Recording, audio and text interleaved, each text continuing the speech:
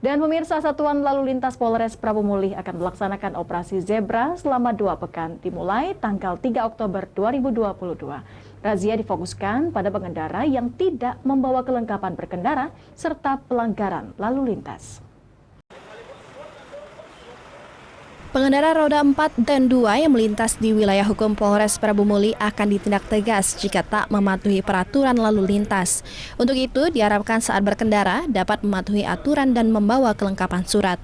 KBO Satuan Lalu Lintas Polres Prabu Mulih, Ibtu Nin Wirama menyatakan, sasaran yang menjadi prioritas saat operasi Zebra adalah para pengendara yang tidak melengkapi kelengkapan berkendara.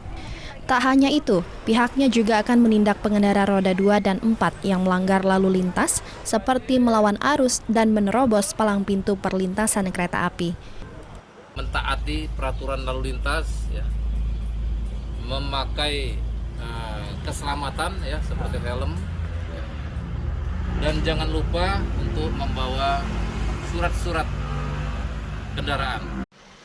Nantinya, meski bersifat tegas, operasi Zebra 2022 yang berlangsung di jalan dari Tugu Nanas hingga Tugu Air Mancur tetap dilakukan tindakan preemptif atau mengedepankan himbauan dan pendekatan kepada masyarakat.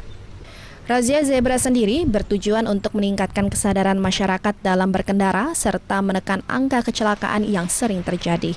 Dari Prabu Mulih, Beri Brima iNews melaporkan.